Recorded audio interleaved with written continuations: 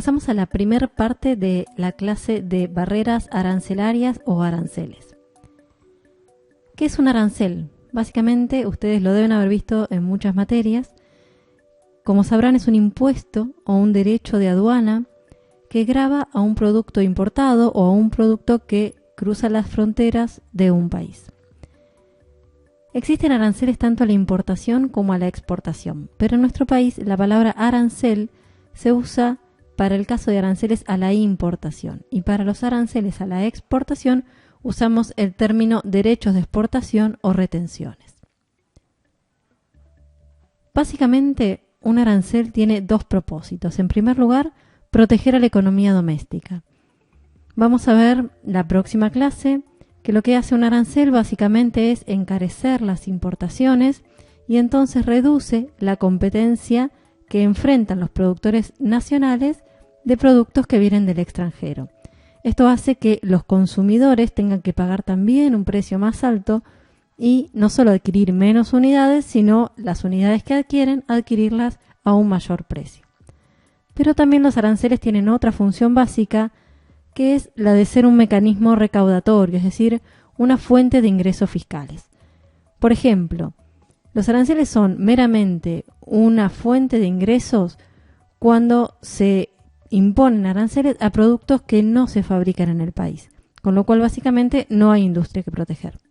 Otro caso típico es el de los derechos de exportación, aunque en este caso hay otros objetivos, como por ejemplo disminuir el precio de los productos en el mercado nacional, como pasa en el caso de cereales o oleaginosas en Argentina, y también se pueden usar para promover la escasez mundial de algún bien y forzar al alza en su precio mundial, como sucede en el caso del petróleo en los países de la OPEP. Los aranceles se usan tan frecuentemente como una fuente de ingresos fiscales porque son relativamente más fáciles de recaudar que otros impuestos. Tenemos tres tipos de aranceles. Un arancel específico consiste en una cantidad fija de dinero por unidad de producto. Por ejemplo, 10 pesos por unidad de producto. La ventaja que tiene es que es fácil de aplicar y de administrar y se usa por sobre todo, o es apropiado más que nada, para productos estandarizados, como pueden ser productos primarios o productos industriales muy sencillos, como lápices, escobas y productos similares. Fíjense que si impusiéramos un impuesto de 500 pesos a las bicicletas, que es un bien muy diferenciado, para unas variedades eso implicaría una protección muy alta y para otras una protección muy baja. En este sentido también, un arancel específico le da poca protección a productos de alto valor y una gran protección a productos de bajo valor, por lo que se dice que el grado de protección varía inversamente con el precio. Esto implica un incentivo para los productores nacionales para fabricar productos de menor valor y en cierta medida puede ser un desincentivo también para el proceso de elaboración o de agregado de valor nacional. Por otra parte, los aranceles ad valorem consisten en un porcentaje fijo del valor del producto. Por ejemplo, aplicamos un 20% a todas las bicicletas importadas. Una característica que termina siendo una desventaja de este tipo de arancel es que depende del proceso de valoración, lo cual a veces puede ser muy complejo, porque si nos basamos en el valor declarado, este puede no coincidir con la realidad, y si el procedimiento de valoración lo hacen los agentes de aduanas, también puede ser discutible u objetable. Como decíamos, es apropiado para productos diferenciados y mantiene constante el grado de protección, es decir, siempre es de un 20%, por ejemplo, ya sea para distintas variedades de un bien y también ante variaciones en los niveles de precios. Por último, tenemos el arancel compuesto, que es una combinación de los aranceles específicos y ad valorem, y se aplican por lo general a productos manufacturados que utilizan a su vez materias primas que están protegidas por otro arancel. Por ejemplo, si en el país la producción de frutas se encuentra protegida con un arancel, la industria de mermelada se la puede proteger con un arancel específico. Es decir, estamos protegiendo al eslabón que sigue en la cadena de valor. La parte específica de este arancel compuesto a las mermeladas compensa a los productores de mermeladas por el arancel que está aplicado a la producción de frutas, ya que encarece su insumo. y la parte ad valorem les da protección a la elaboración de mermelada propiamente dicha. Vamos a ver ahora un concepto muy importante que es el de tasa de protección efectiva. Este concepto es relevante cuando algunos de los insumos que se utilizan en la producción nacional son de origen importado.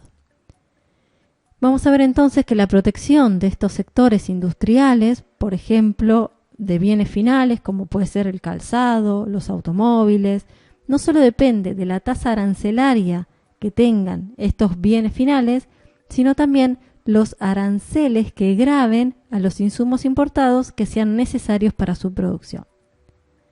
Diferenciamos entonces estos dos conceptos. La tasa arancelaria nominal es la que se publica en la legislación tributaria, es la que pueden encontrar en la página de la OMC, por ejemplo, y se aplica al valor de un producto terminado.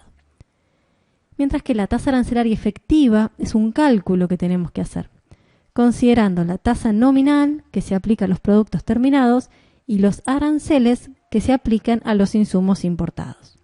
Vamos a plantear un ejemplo que vamos a desarrollar después. Imaginemos que tenemos una tasa nominal que se aplica a la industria del calzado del 20% y los zapatos importados cuestan en el exterior $50. Esto implica que los zapatos nacionales que sean de calidad similar podrían costar en el país hasta $60 y el consumidor sería indiferente entre ambos productos, entre el producto importado con un arancel o entre el producto nacional, ya que tienen el mismo precio y en principio pensamos en una calidad similar. Si los bienes realizados en el país no tienen insumos importados, este análisis no es relevante y la tasa nominal coincide con la efectiva, porque como decíamos, esto es relevante solo cuando tenemos insumos importados en la producción nacional. Pero si la industria argentina requiere insumos importados, la tasa de protección efectiva puede diferir de la tasa nominal. ¿Qué es la tasa de protección efectiva? Mide el grado de protección real que tiene el valor agregado nacional, o la protección que el arancel de un producto le da al proceso productivo que se realiza en el país. Vamos a ver muy estilizadamente cómo sería el proceso productivo de cualquier bien. Tenemos insumos que se procesan en una empresa, por ejemplo. Esta empresa lo que hace es agregarle valor a esos insumos para producir el bien final. ¿En qué consiste este agregado de valor?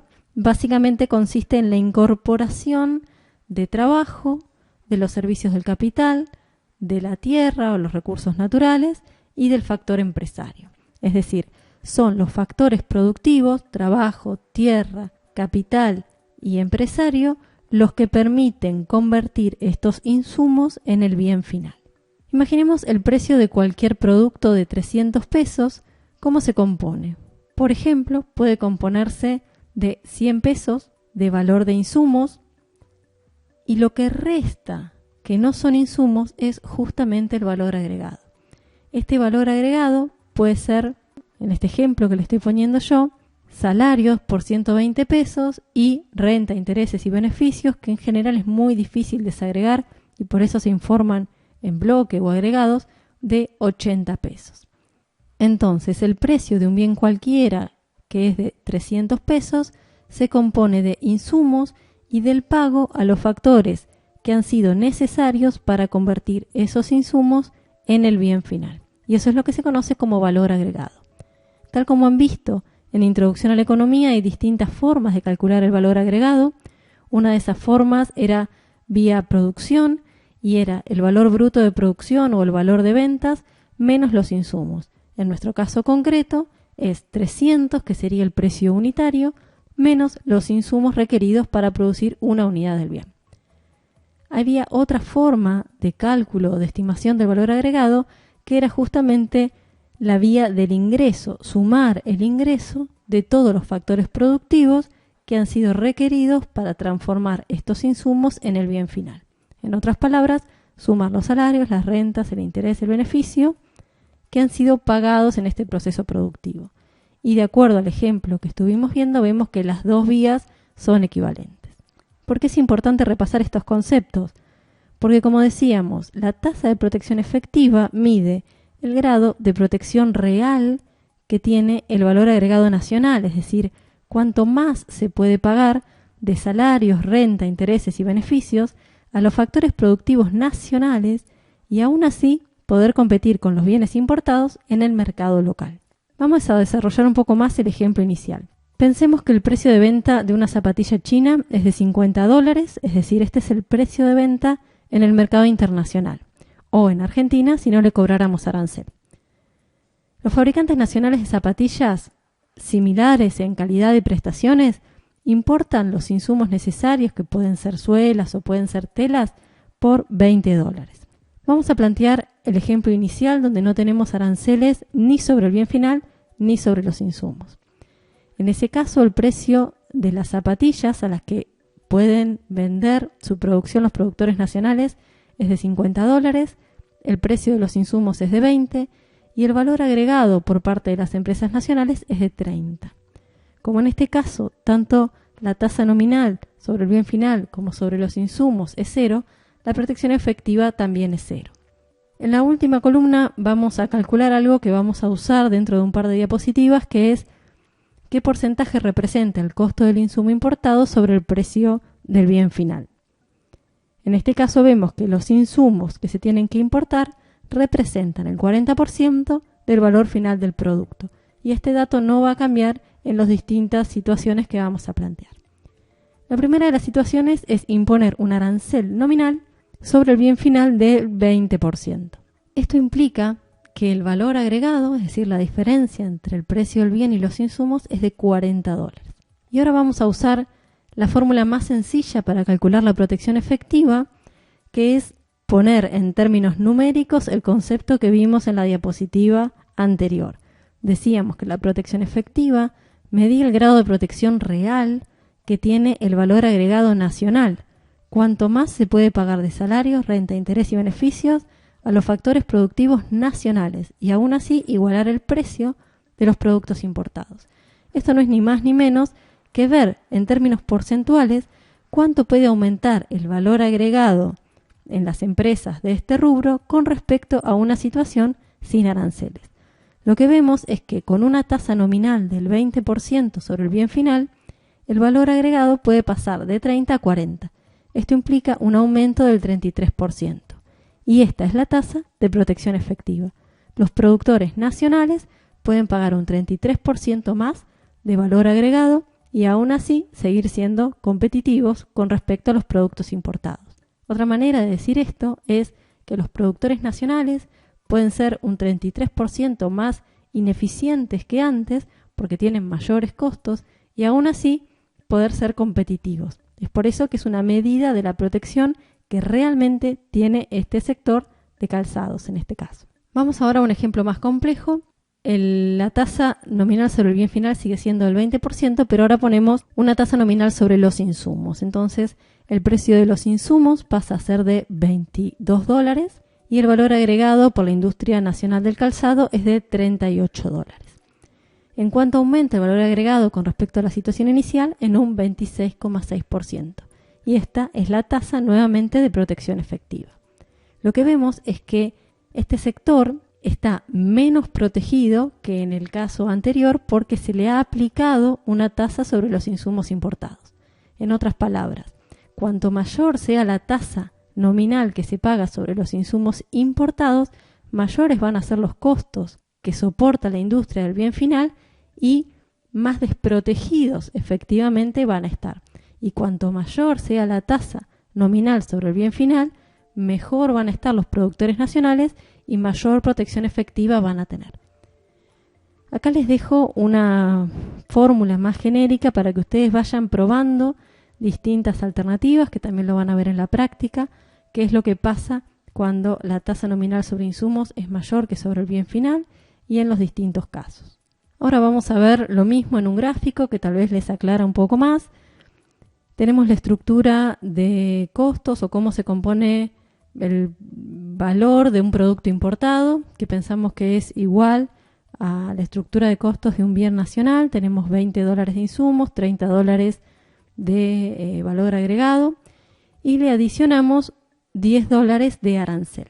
Una tasa arancelaria sobre los insumos del 10% implica que los insumos ahora cuestan $22, pero vemos que esa tasa arancelaria del 20% sobre el bien final me permite tener un valor agregado de $38 en la industria nacional del calzado. Vamos a pasar ahora a una fórmula del cálculo de la tasa de protección efectiva, que es la que proporciona el libro, que da los mismos resultados que la fórmula que vimos recién. E es la tasa de protección efectiva, N es la tasa arancelaria nominal, A es la proporción que representa el insumo en el producto final, sería la última columna que calculamos recién, y B es la tasa arancelaria nominal sobre el insumo importado. Esta fórmula, si bien proporciona los mismos resultados, nos permite pensar alguna cosilla adicional. Acá vemos cómo la aplicamos con los mismos datos que teníamos recién y nos da exactamente la misma tasa de protección efectiva del 26,6%, pero ¿qué otras cosas podemos dilucidar a partir de esta fórmula? Primero, pensemos en la situación donde la tasa nominal sobre el bien final es la misma que la tasa sobre los insumos importados. Entonces tendríamos en el numerador que n es igual a b. Podríamos sacar a n como factor común y nos quedaría n multiplicando 1 menos a.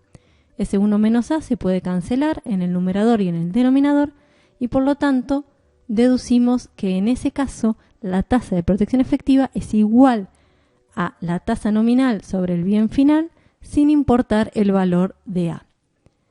Por otro lado, si la tasa sobre el bien final es mayor que la tasa sobre los insumos, que son los ejemplos que estuvimos viendo, vemos que E, la tasa de protección efectiva, es mayor que la tasa que se aplica sobre el bien final. Y esto va a ser mayor cuanto mayor sea el valor de A. Es decir, si mi proceso productivo implica que yo solo le coloco una etiqueta a los productos, de manera que de esos $50 iniciales, 49 son insumos y uno solo es valor agregado, si yo impongo una tasa arancelaria del 20% que implica aumentar el precio en $10, ahora yo puedo multiplicar el valor agregado que originalmente estaba generando por 10 o por 11. Con esta tasa arancelaria estoy muchísimo más protegida que antes. Y por último, y esto les queda para probar a ustedes, para pensar distintos casos, es algo que se daba en su momento en la industria naval. Los productores de barcos se quejaban porque la chapa naval estaba sujeta a aranceles, mientras que los barcos entraban sin pagar aranceles. Los barcos importados no pagaban aranceles y sí lo hacía la chapa naval que requerían los productores nacionales para producir los barcos. Ese es un caso donde la tasa de protección efectiva es menor que la tasa nominal sobre el bien final. Y esto pasa siempre que la tasa arancelaria sobre los insumos sea mayor que la tasa arancelaria sobre el bien final. Y en este caso, cuanto mayor sea el valor de A, menor va a ser el valor de E. Por eso se dice que el valor de A, es decir, la proporción que representa el insumo en el producto final, potencia el resultado.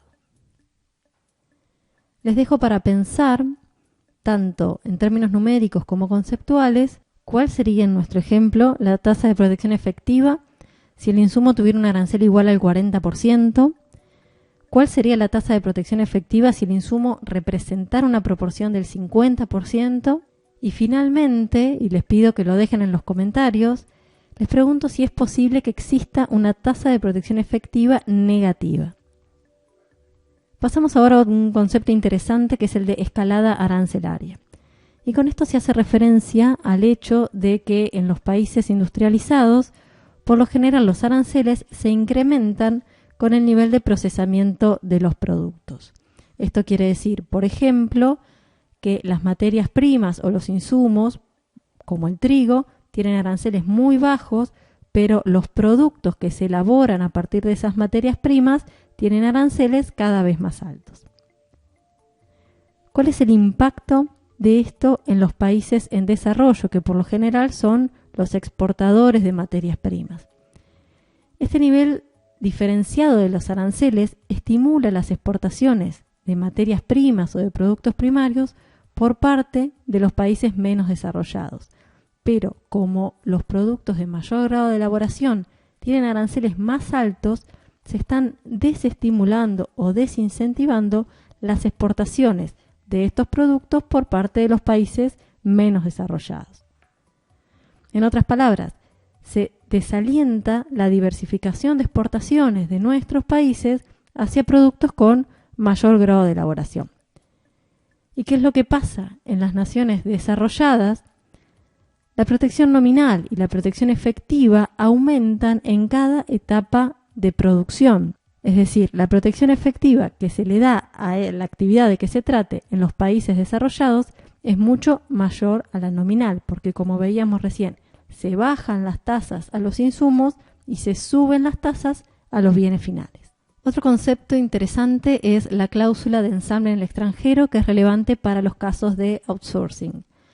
Como veíamos en la unidad 1, el proceso de outsourcing consiste en la subcontratación de trabajo o de distintas etapas del proceso productivo en el extranjero. En otras palabras, hay ciertos eslabones del proceso de manufactura o de ensamble de un producto que se realizan en más de un país. Y hay dos formas de ver esto. Por un lado, como el vaso medio vacío, como la pérdida de empleo y de producción que antes se hacía en el país y ahora no. O como el vaso medio lleno. También es la posibilidad de retener producción y empleo en un país que de otra forma tal vez no sería posible, porque si no se les permitiera subcontratar en el extranjero, tal vez la empresa no sería competitiva o directamente elegiría mudarse al extranjero. La cláusula de ensamble en el extranjero que tiene Estados Unidos y otros países consiste en lo siguiente. Estados Unidos proporciona a este proceso productivo insumos. Estos insumos son exportados a otros países como por ejemplo a México, donde se realiza el proceso de ensamble. Este proceso de ensamble a veces se lo conoce con el nombre de maquila. En este ensamble lo que hacen las empresas mexicanas es básicamente proporcionar trabajo, tierra, espacio físico, capital, empresarios, para transformar esos insumos en un producto intermedio.